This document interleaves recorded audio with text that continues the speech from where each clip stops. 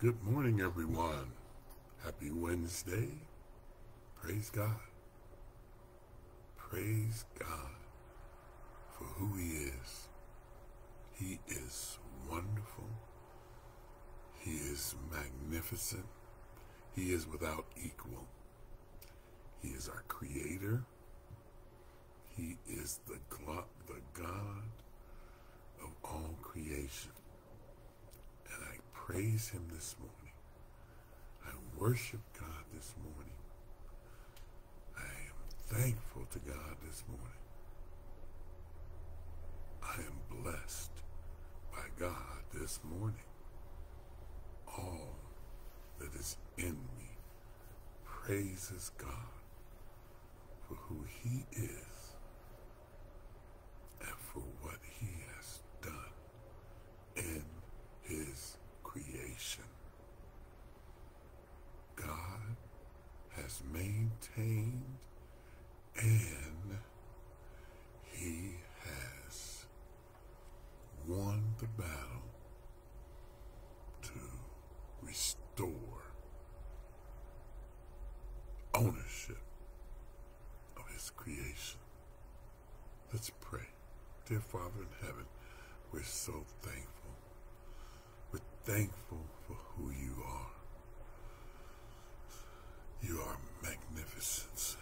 You are without equal. You're without comprehension. We can't understand the magnitude and the depth of who You are. And so we praise You as we come to know You. And each and every day, I pray that the knowledge that I have of You grows, matures, manifests understanding and wisdom in my life, signified by fruit that is developed and distributed because of my obedience to Your word. Help me, Father, to be that light that points to blessings through obedience. I pray this day, Father, that the study that we are about to partake blesses someone, encourages someone to know You on a more intimate basis, so that they may be a light and a blessing to others. And I pray for this in the name of Your Son, Jesus the Christ, who is the Lord and the Savior of every soul that is saved. Amen. Amen. Okay, today our daily devotional is titled The Good of Unity. The Good of Unity. And it's from the book of Psalms, chapter 133, and verses 1 through 3. And it reads, Behold, how good and how pleasant it is for brethren to dwell together in unity.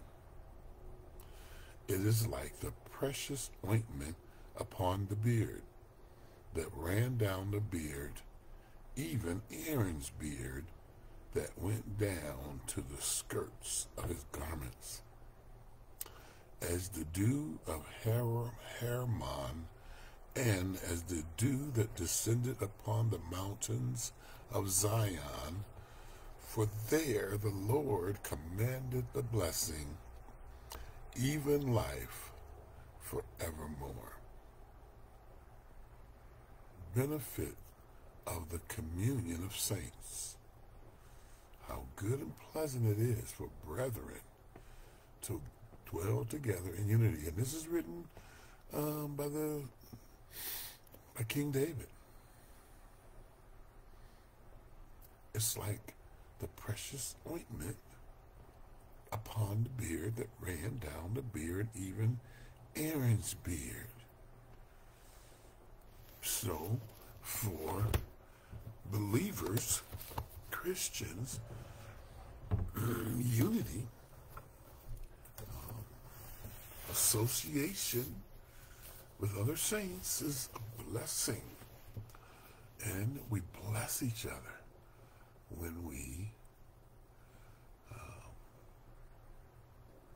meet together. It's a blessing. Today we're in section 2, titled Minister to the Body. Minister to the Body. And section 2a is titled The Grace of God. And that's from the book of Ephesians, chapter 4, verses 7 and 8. Excuse me. And they read, "But unto every one of us is given grace according to the measure of the gift of Christ. Wherefore he said, when he ascended up on high, he led captivity captive and gave gifts unto men." Jesus said this. When he ascended upon high, he led captivity captive and he gave gifts unto men. Let's see what the commentary says. It says, all we have from God stems from his grace. In fact, his saving grace forms the foundation for all other divine gifts. Without this grace, it is not possible to possess any other gift. It is grace that opens the door to all the other treasures of God in Christ. In verse 8, Paul quotes from Psalm 68:18. This psalm deals with a conquering king's return. He brings a band of prisoners with him and marches in triumph through the streets. He then demands the ransom that the conquered people must give him. Christ did just the opposite for the host of captives. He led. William Barclay wrote, in the Old Testament, the conquering king demanded and received gifts from men. In the New Testament, the conqueror Christ offers and gives gifts to men. Paul said Christ not only led the captives out, but he gave gifts to his people. Book of Ephesians, chapter 4, verse 8 in NIV. Paul is thinking of the part all believers are to play in the life of the church when he speaks of Christ's gifts to us. Each of us should seek to determine the special endowment God, through his Spirit, has for us. Ministry and leadership gifts are available to those who are open to the Spirit's work. Paul wrote, "For I say, through the grace given unto me, to every man that is among you, not to think of himself more highly than he ought to think, but to think soberly, according as God hath dealt to every man the measure of faith. Having then gifts differing according to the grace that is given to us, whether prophecy, ministry, teaching, exhortation, giving, ruling, showing mercy."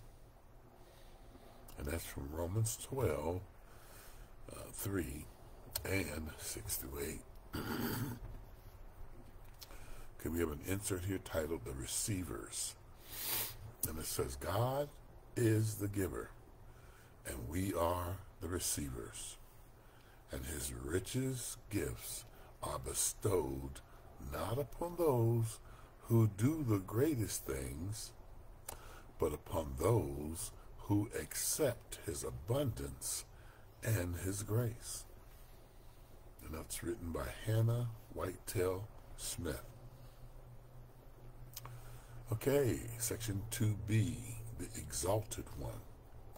Ephesians chapter 4, verses 9 through 10. And it reads, "Now that he ascended, what is it but that he also descended first into the lower parts of the earth? He that descended is the same also that ascended far above all heavens, that he might fill all things." The commentary says Jesus Christ descended from heaven to earth in the incarnation. Verse 9. The same one who walked this earth is the one who returned to heaven and sits at the right hand of the Father. Since he is the same one, he still loves all men, still seeks the sinner, still he heals the sufferer, still he comforts the sorrowing, still he is the friend of outcast men and women. In verse 10, the descendant which follows the ascent of Christ is the coming of the Holy Spirit at Pentecost. Christ came in the person of the Holy Spirit without restriction of physical place or space. With the gift of the Spirit, all the gifts of Christ to the church are included. For this reason, nothing needful is lacking for the fulfillment of the church's life and witness. All that we need is included in the power and gift of the Holy Spirit that dwells in us. So we have no need to be in defeat. All that we have need of for victory is in us. We just have to allow it to dominate our lives. We have to walk in God's will and give up our defeated nature for his victorious spirit, his Holy Spirit that cannot lose, that always returns what it commands. If the Holy Spirit says you're blessed and you're healed, guess what? You can't die of a disease. You're going to be healed, because that is what the Holy Spirit has commanded. The work of God through his Spirit is yea and amen. It's never returned void. Whatever God says, it will be. I thank you for your time today. I pray that your day is blessed and that you are encouraged to seek God's face for yourself, because that is his desire. Be blessed.